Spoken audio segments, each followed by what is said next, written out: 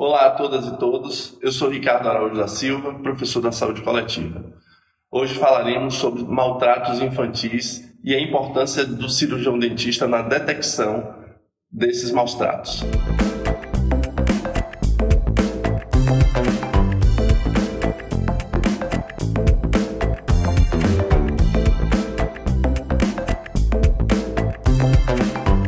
Nessa nossa nova empreitada, tentaremos discutir a necessidade da prevenção dos maus tratos em crianças. Muitas vezes nos deparamos com crianças apáticas ou, no seu oposto, temerárias a um atendimento odontológico. Ambas situações podem ser indícios de maus tratos de cuidadores e cuidadoras ou dos próprios familiares.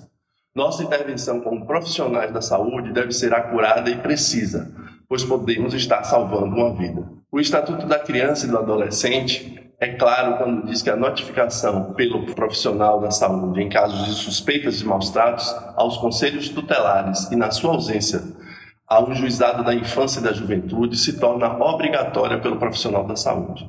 Dessa forma, temos uma grande responsabilidade no exercício da nossa profissão. Nosso primeiro passo é entender onde, na legislação, crianças e adolescentes estarão amparadas e amparados. Para o Código Penal, temos o seguinte: o artigo 136, expor a perigo a vida ou à saúde de pessoas sob sua autoridade, guarda ou vigilância, para fim de educação, ensino, tratamento ou custódia, quer privando-a de alimentação ou cuidados indispensáveis, quer sujeitando-a a trabalho excessivo ou inadequado, quer abusando de meios de correção ou disciplina, pena, detenção de 2 meses a 1 ano ou multa. No parágrafo 1º, se o fato resulta lesão corporal de natureza grave, a pena é reclusão de 1 a 4 anos.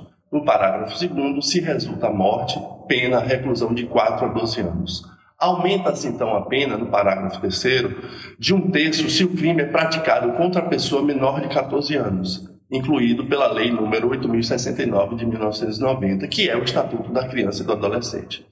Já o Estatuto da Criança e do Adolescente refere, em seu artigo 232, o seguinte como criminalização de conduta com crianças e adolescentes: submeter criança ou adolescente sob sua autoridade, guarda ou vigilância, a vexame ou constrangimento. Isso está no artigo 232.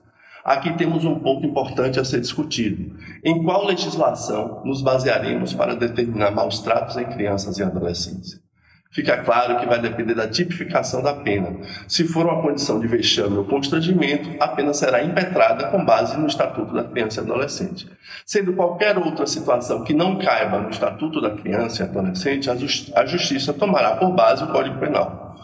Aos profissionais da saúde é importante salientar que o ECA, que é o Estatuto da Criança e Adolescente, faz alusão à omissão desse grupo em não denunciar uma suspeita de maus tratos em crianças ou adolescentes. Tomaremos por base o artigo 245. Deixar o médico, professor responsável por estabelecimento de atenção à saúde e de ensino fundamental, pré-escola ou creche de comunicar à autoridade competente os casos que tenha conhecimento envolvendo suspeita ou confirmação de maus tratos contra crianças ou adolescentes, a pena é multa de 3 a 20 salários de referência, aplicando-se o dobro em caso de reincidência.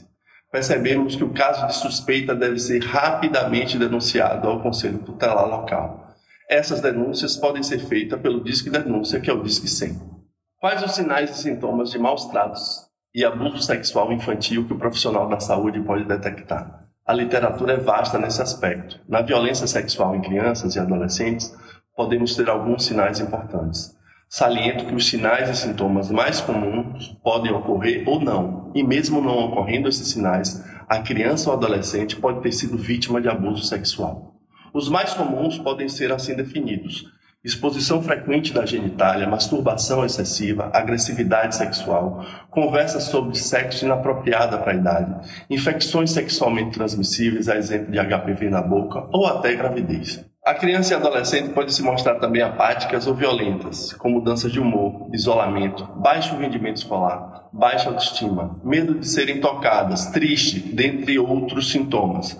Qualquer um desses sintomas ou características já deve mostrar um alerta por parte do profissional da saúde. O profissional da saúde deve ter uma relação investigativa na escola que essa criança ou adolescente estudam para se certificar do comportamento ou da mudança deste. Os maus tratos e a violência física são comumente ocorridos em ambientes familiares e por pessoas próximas e de confiança da família. Pode acontecer nas escolas e creches, por cuidadores e cuidadoras. É importante salientar que a nossa cultura muitas vezes instiga a possibilidade dessa violência.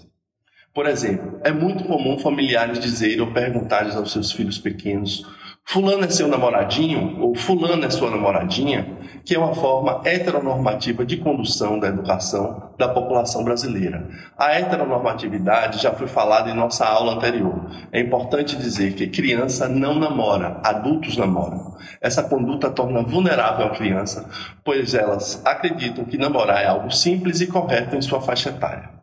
Passando para as violências físicas, podemos ter, além de alguns desses sintomas apresentados anteriormente, hematomas, cortes, queimaduras, marcas de cinturões pelo corpo, olhos com hematomas, hematomas subgaleais, que é comumente conhecido como galo, bocas com lesões diversas, lábios lacerados, queimaduras em boca e comissura labial, dentes quebrados.